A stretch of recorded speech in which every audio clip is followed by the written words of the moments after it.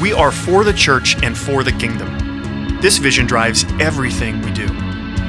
There are many noble causes and institutions in this world, and we care about the future of seminaries, academies, governments, social causes, and parachurch ministries, but they are not fundamentally why we exist. We exist for the future of the church and the advancement of God's kingdom. With God's help, our students today will be the pastors, ministers, and missionaries of the global church tomorrow. We teach the Bible in the classroom so that generations of churches will be sturdy outposts of Christ's kingdom. This is how we serve the church, and this is how we bless every other good and noble endeavor until God's glory covers the earth like the waters cover the sea. Will you join us? In 1987, a commercial came out. Many of you probably weren't around for that, don't remember that. One of the most famous public service announcements of all time had a teenage son sitting in his bedroom. The dad breaks in with a box in his hand, and he leans over his son and vehemently asks him, "Where did you get this stuff? Where did you learn to do this?" In the box is some unnamed illegal substance and the paraphernalia with which the kid was using the substance. So the dad's angry, is looking at his son saying, "How did you learn this? Where did you learn this from?" And if you've never seen the PSA, you've probably heard the son's response, which was he sits there, he's kind of cowering, he gets up his courage, and he says, "I learned it from you, Dad. I learned it watching you." How many of you have heard or seen that PSA? I don't know if it made anyone not do drugs, but it made a whole lot of parents think, maybe I should take Jesus' words to heart and not judge my children. Jesus says that, right? Do not judge that you be not judged. If this dad in the PSA had simply read the Bible a little more, he would have known. He could have avoided all of that internal angst that his son gave him by simply not breaking in his room and judging him. And yet we hear that and go, that doesn't seem like what Jesus said, but he said it in black and white. You can turn to Matthew chapter 7. He says it right there. Do not judge. And our culture has adopted that motto. In fact, that's been a motto not just in modern times in America, but throughout history, this idea of what right have you to judge me?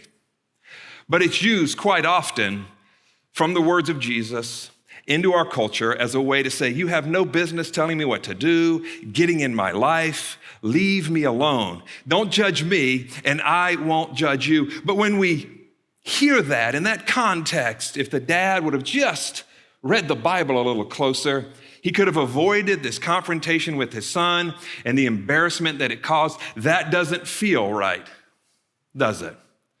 That leads us into our message today. If you have your Bibles, again, Matthew chapter 7, we're going to be looking at the first several verses in this passage dealing with this issue of judge not that you be not judged.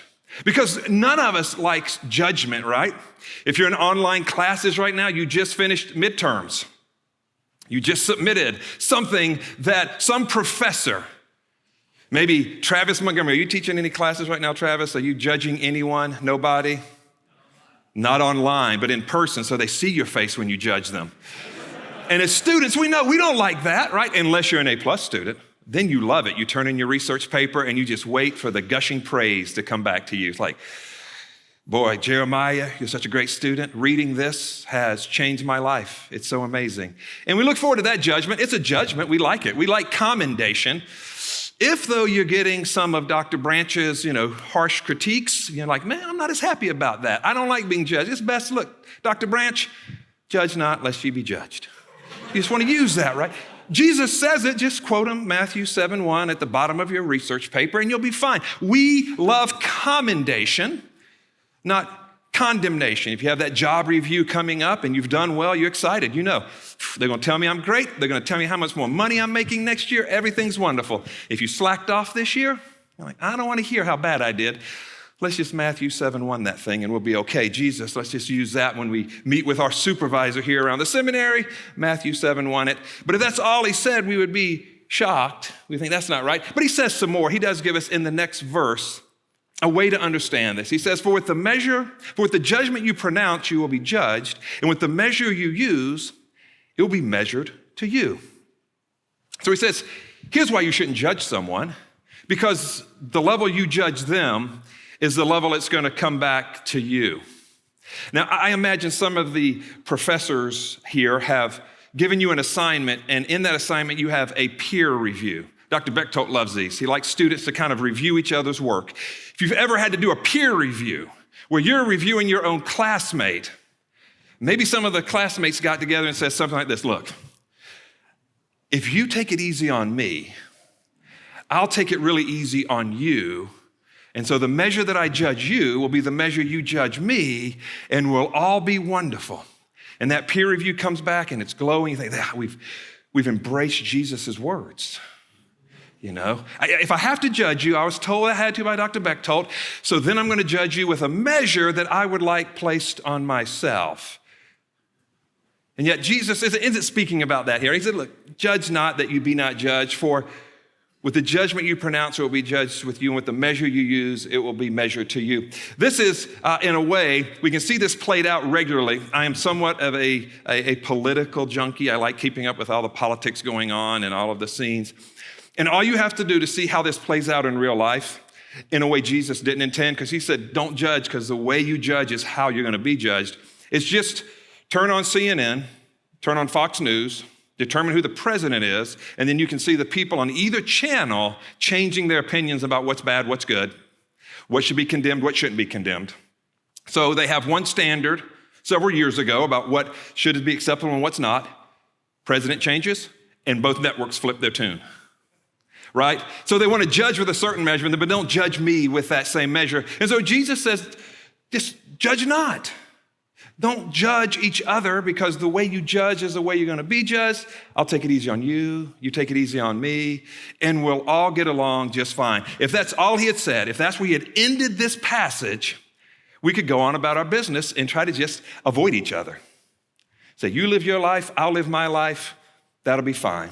Now, I think that would lead to a fairly chaotic world if that's how we went about our day, if that's how we worked. In fact, in your peer reviews, if you're doing a poor job of judging your classmates' work, eventually that work shows up at Dr. Bechtold's desk. And he was hoping that you would strengthen each other's work instead of weaken it by your judgment.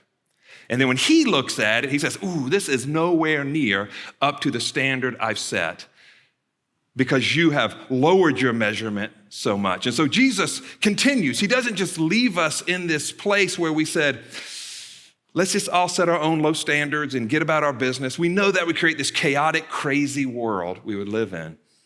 He doesn't leave it there with just verses 1 and 2 of chapter 7. He goes to verse 3, says this, how do you see the speck that is in your brother's eye, but do not notice the log that is in your own eye? And so he begins to kind of expand on what this means. And here is the first clue, I think, if we're reading in context, and this is something as you're sitting in classes and hermeneutics courses and others, figuring out what a passage means in context becomes extremely critical. And this is our first clue in this context, that the opening line, don't judge so that you won't be judged, isn't what Jesus actually means, kind of point blank, stop, we're done. He's doing something else. And he says this, how do you see the speck that is in your brother's eye, but do not notice the log that is in your own eye? And it starts with this idea of a speck in your brother's eye. How many of you at any time in your life have had something in your eye, a little piece of dirt, maybe a little piece of sawdust that was irritating you? Just raise your hand, we'll take a quick poll.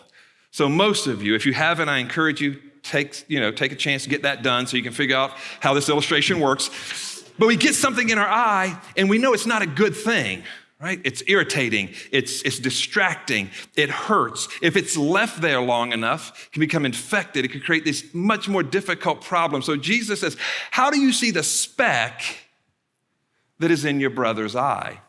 He recognizes that the speck's a bad thing. He's recognizing that what's in your brother's eye, what's in your sister's eye, is something that shouldn't be there, something that should be removed, that it needs to be fixed. I've lived in Kansas City for about 12 years now, and periodically we get hailstorms that come through. Now, if you own a home and you've been in Kansas City for any length of time, and a hailstorm came through your neighborhood, you know what you see the day after the hailstorm, right? All these vans driving around your neighborhood. And on the side, it says like A1 roof repair, Billy's roof inspection. And then they're coming up to your door, ringing your doorbell, saying, hey, there's been a hailstorm. I can fly a drone over your house and see all the damage, all the damage that's been done to it by this hailstorm. They're coming out to inspect your roof to see all the damage that's there. I think in our Christian experience, a lot of us are like that in a way, that we're quickly seeing specks in eyes. Our truck would look a little different though. We would have a truck that pulls up, and on the outside is a picture of a guy with kind of a judgmental face. And as Jesus says here, this big beam coming out of his eyes. But the name of the company would be Log-Eyed Speck Inspection and Removal. My job is to drive around, maybe over here in Great Commission Court, maybe in Dr. Millsap's neighborhood, and just find all the problems that people have. I need to point them out to you. I need to let you know. I'm going to ring on your doorbell and let you know, here's all the damage I've seen. Here's all the specks that I've seen in your life. They're bad things. The damage on my roof needs to be fixed. But I'm just showing up, telling you everything wrong in your life, Dr. Branch. I'm just here to tell you got specks in your eyes. I see them. I see that speck, Dr. Chipman. It's really small. It's tiny. You're a great guy, but I see that speck. Let me point it out to you. We know people that do that, right? And Jesus speaks to that person. How can I see the speck that is in my brother's eye? How can I drive my van around with my Log-Eyed Speck Inspection and Removal sticker, trying to do business, when he says, and not notice the log that is in your own eye? If you want to see what this looks like, just go on Twitter any time of the day or night, and go on Christian Twitter and watch us call each other specks out. Watch us challenge each other's problems. And Jesus says, how can you do that when you have this log in your own eye? And in the original language, this idea of log is like a cross beam. So it's not like a tiny thing, it's massive. Jesus' hyperbole here is meant to be comedic. You have this tiny speck in someone else's eye, and you have basically a tree growing out of your own eye. He says, how can you do that? Now, I think there's a way we can convince ourselves that we can do that. There is a way that we can go around looking at specks in other people's eyes, not noticing the log in our own. And one way we can do that is that we are simply looking for specks everywhere we go. We're so self-righteous. It's like the Pharisee and the publican in the prayer in Luke's gospel, where Jesus talks to him. A Pharisee went to the temple and was praying, and his prayer is basically this: God, I'm so glad I'm not that scoundrel over there, that worthless sinner. I'm so glad that I'm righteous and that I'm following you and I'm faithful to you, that I'm nothing like him. And then the sinner was over there at a distance, and he says, I have no right to be here. I am sinful. I'm horrible. Please forgive me. One is self-justifying, one is God justified at the end of that. And we can miss the fact that there's a log in our own eye because we're so busy looking at everyone else's specks and theirs. It could be also in my life, in your life, that the log that's in our eye has been there so long that we just have a blind spot about it. We've looked around it long enough that we don't even know it's there. We don't see that it exists. We're not noticing it. It's like that stain on the ceiling of your house that you no longer see, but as soon as a visitor comes over, they go, oh my gosh, you got like a massive leak, and you say, well, I did, but I didn't fix it, so don't worry about that. Don't look at the stain in the ceiling.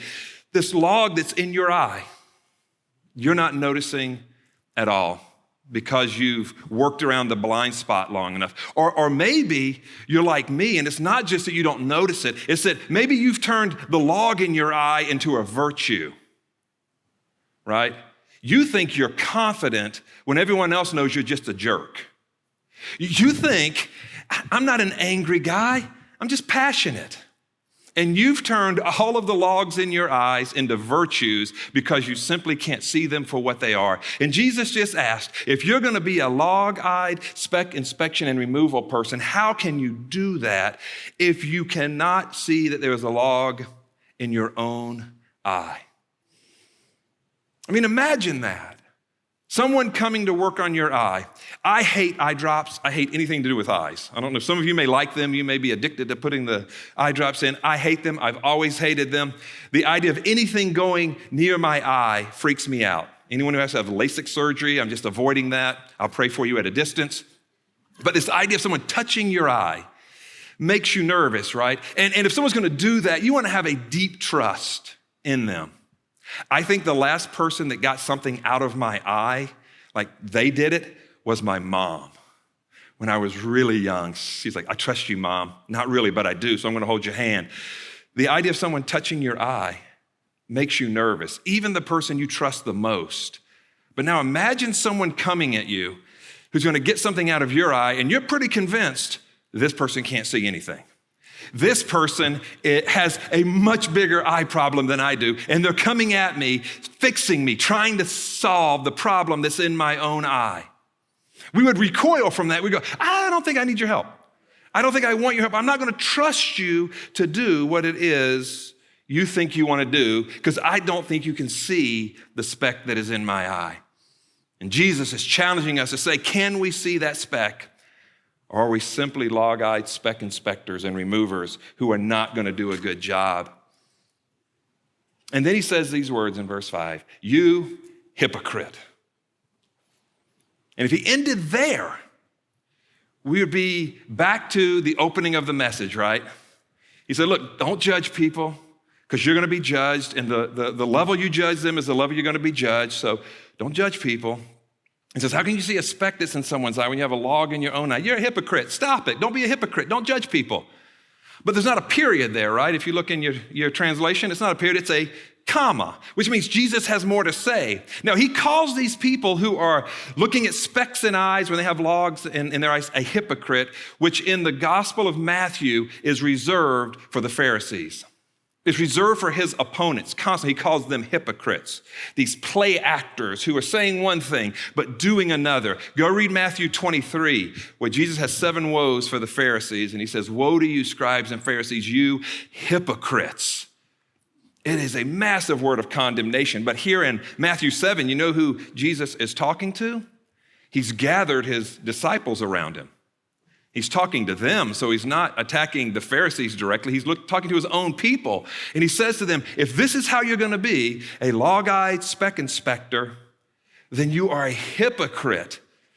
And this is where I think we begin to see in this next part of verse 5, where Jesus wants to take us with this statement about do not judge, that you be not judged. Look what he says, first, which gives us the idea that there's a second, that there's more that's gonna happen. It says, first, take the log out of your own eye, then you will see clearly. So take the log out of your own eye, then you'll see clearly.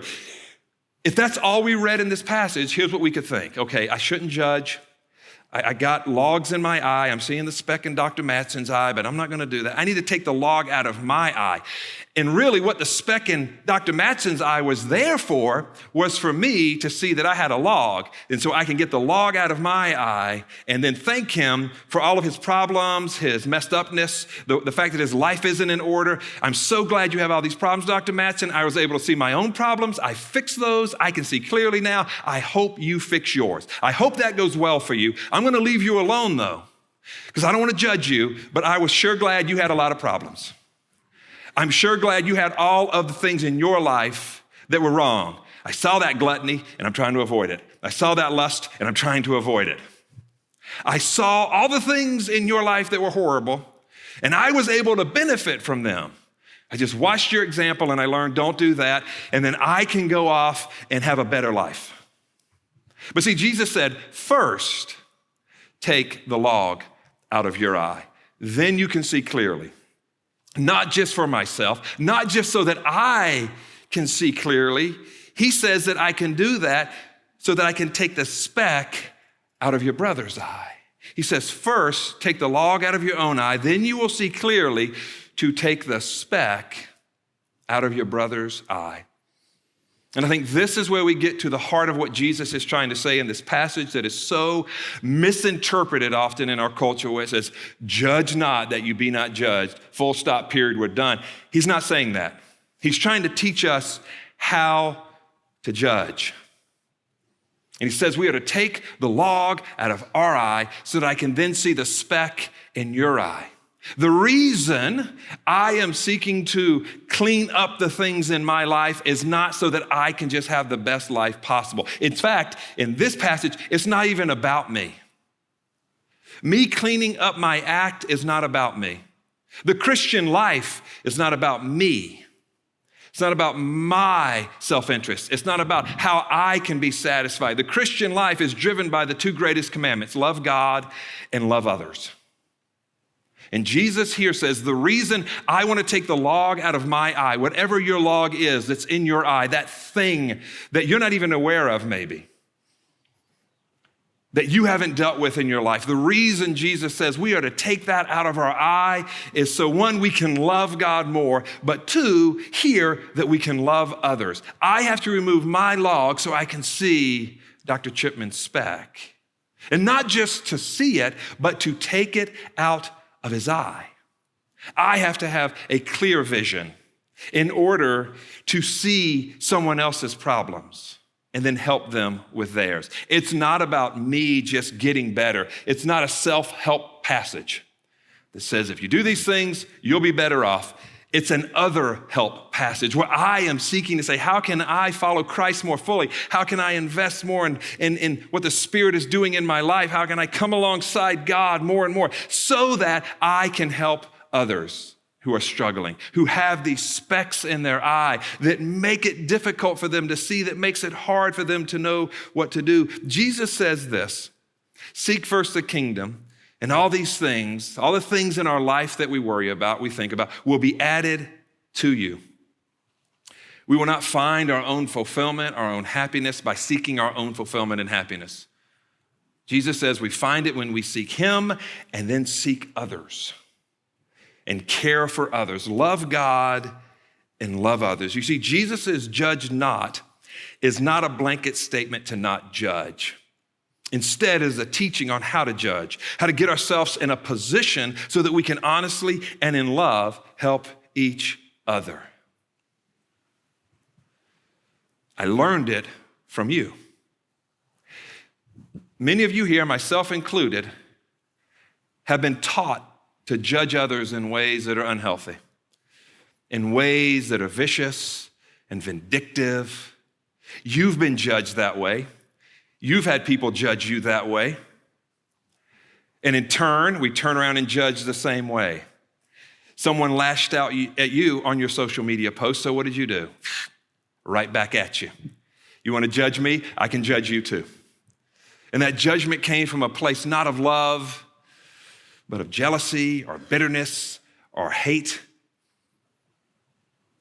And when we learn to judge that way, we perpetuate the type of judgment that chases people away, that turns people away. I learned it from you. But what if we were to learn how to judge the way Jesus judged? What if we could learn from him how judgment works? Because he doesn't live a life where he doesn't judge anyone. It's a story in John 8 of the adulterous woman, textually questionable in many ways, but there it is in John 8. And these Pharisees bring this woman before Jesus, throw her on the ground and say, we caught this woman in adultery, and the law says she should be stoned. Now, they didn't bring the guy who was also part of that, so they've already done one thing wrong that the law doesn't say. So the law says she should be stoned. What do you say, Jesus? And you know the story says he stooped down, he wrote on the ground. We don't know what he wrote. As an aside, if anyone says they do know what he wrote, if they make a sermon about what he wrote, just quit listening.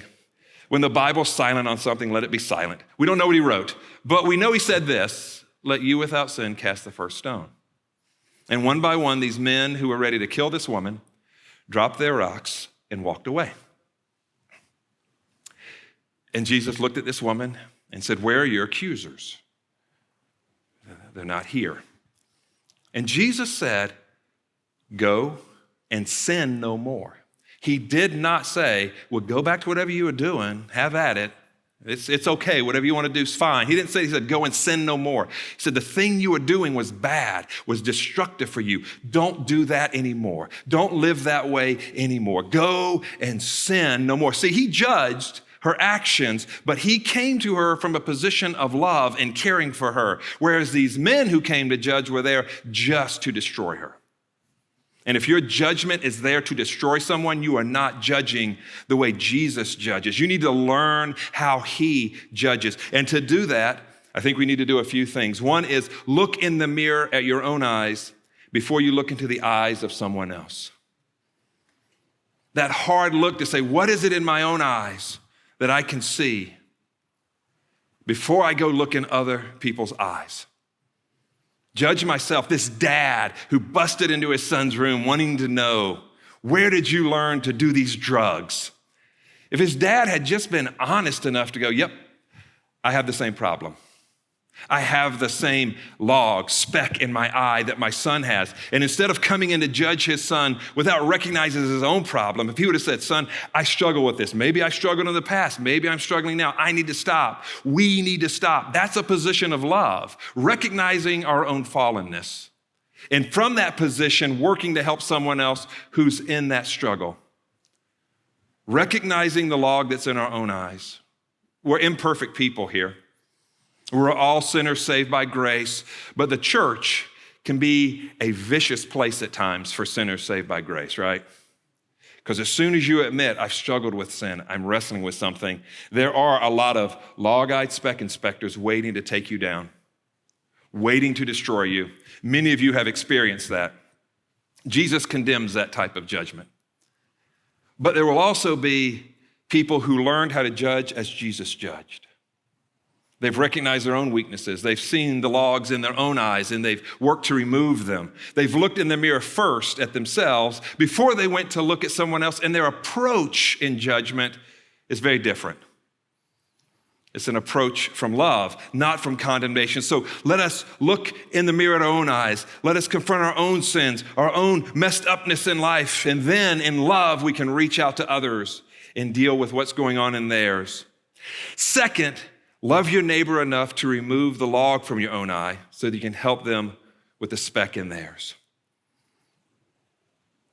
It's hard to get rid of the things in our life that are sinful, that we've clung to, that we've built protection around and maybe become a blind spot to. But love others enough to say, I need to work on myself so that I can also help you.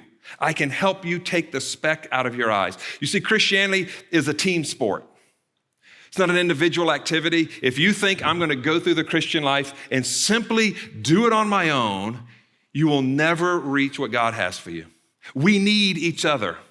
I need people in my life who are telling me the things in my life that aren't good. They need to see the specks in my eyes. And even if I know there's a speck there, right? You have that piece of dirt and you feel it and it's bugging you and you simply can't get it out. Every time you try to look at it, you can't see it. Your eyes are watering too much. You need someone else to come along and take that speck out, and they need you to do the same thing.